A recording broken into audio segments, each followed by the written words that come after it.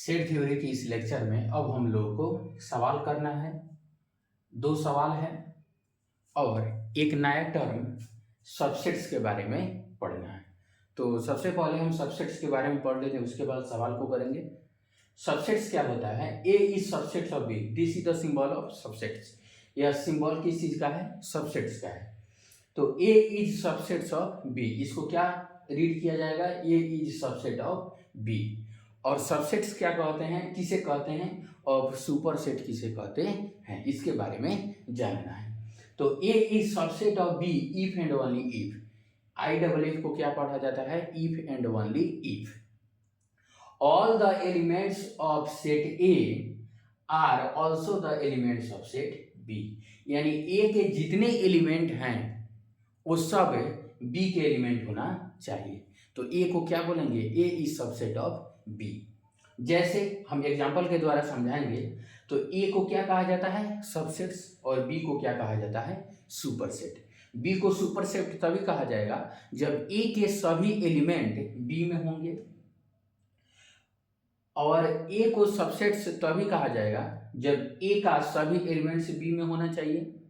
ए के सभी एलिमेंट्स क्या होना चाहिए? बी में होने चाहिए। जैसे हम एग्जांपल के द्वारा इस टर्म को समझते हैं।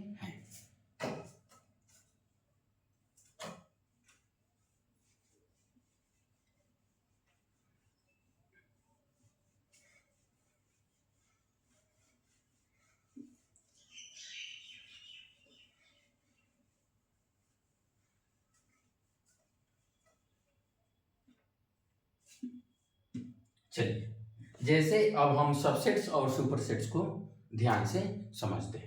जैसे ए एक सेट लेते हैं, इसमें एलिमेंट लेते हैं 1, 2, 3 और 4। इसमें कौन कौन एलिमेंट है? 1, 2, 3 और 4। बी भी एक सेट लेते हैं, इसमें एलिमेंट लेते हैं 1 और 2। तो ए के जितने भी एलिमेंट्स हैं वे सभी बी में हैं। ए के जितने भी एलिमेंट्स हैं वो सभी बी में हैं। तो हम लिख सकते हैं ए इज सबसेट ऑफ बी। ए क्या है? बी का सबसेट्स है। ए को बी का क्या कहा जाता है? सबसेट्स कहा जाता है। और बी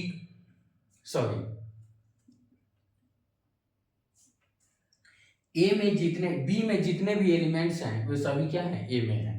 तो B is subsets of A.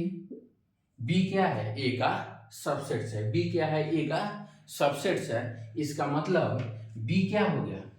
Subset हो गया। और ए क्या हो गया? सुपर सेट हो गया। ए क्या हो गया? सुपर सेट हो गया। और ए को क्या कहा जाता है? सुपर सेट कहा जाता है। बी इज सबसेट ऑफ ए, तो बी इज सबसेट ऑफ ए, यानी बी में जितने भी एलिमेंट्स हैं वो सभी ए में प्रेजेंट है। बी के सभी एलिमेंट्स ए में प्रेजेंट हैं, तो बी को क्या कहेंगे? सबसेट्स, और ए को क्या कहेंगे? सुपरसेट। चलिए अब हम सवाल को करते हैं।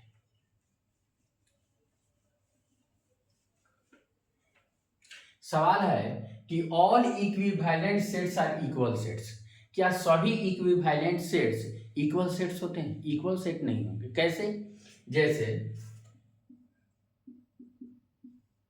1, 2 और बी एक सेट लेते हैं जिसमें एलिमेंट है 3 और 4। तो ए और बी क्या है? इक्विवेलेंट सेट्स हैं। इक्विवेलेंट सेट्स इसलिए है क्योंकि ए का जितना कार्डिनल नंबर है उतना ही बी का कार्डिनल नंबर है।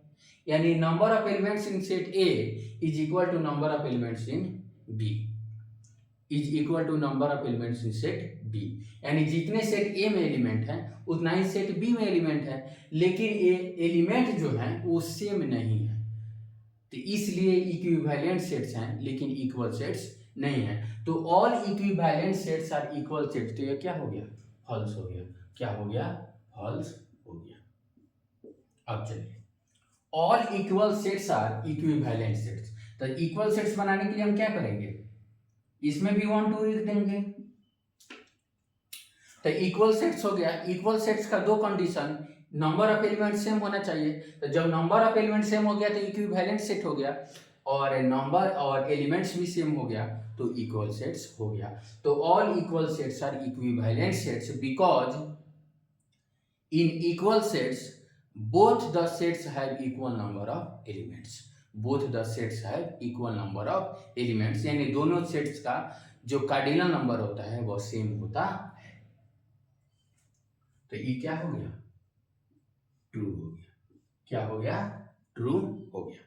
आगे है नोट में, जेड प्लस को क्या कहा जाता है, positive integers and natural number are equal sets, यानी पॉजिटिव इंटीजर्स बोले या नेचुरल नंबर बोले वे सभी क्या है, इक्वल सेट्स ही हैं। अब हम एक बहुत ही अच्छा सवाल है उस सवाल को करते हैं।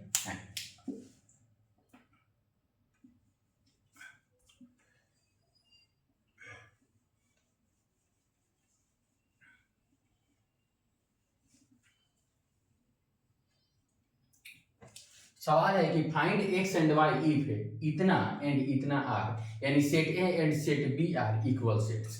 तो इक्वल सेट्स तभी होंगे, अब देखिए सेट्स ई हो गया, सेट ए में 2x - 1, 2y + 1। सेट बी क्या हो गया, 1, 2। तो ये दोनों क्या है, इक्वल सेट्स हैं। इक्वल सेट्स का मतलब हुआ कि एलिमेंट बराबर होने चाहिए। एलिमेंट क्या होना चाहिए, बराबर होने चाहिए। तो केस 1 क्या लेंगे हम कि 2x - 1 के बराबर है एंड 2y + 1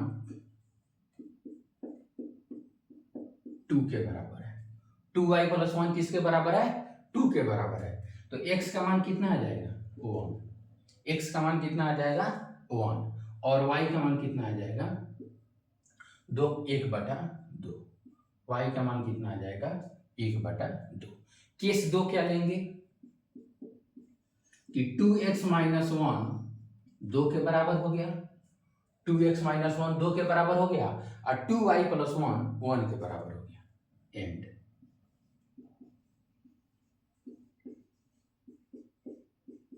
किसके बराबर हो गया, 1 के बराबर हो गया। तो x का मान कितना आ जाएगा, 3/2, 3/2, और y का मान कितना आ जाएगा, 0।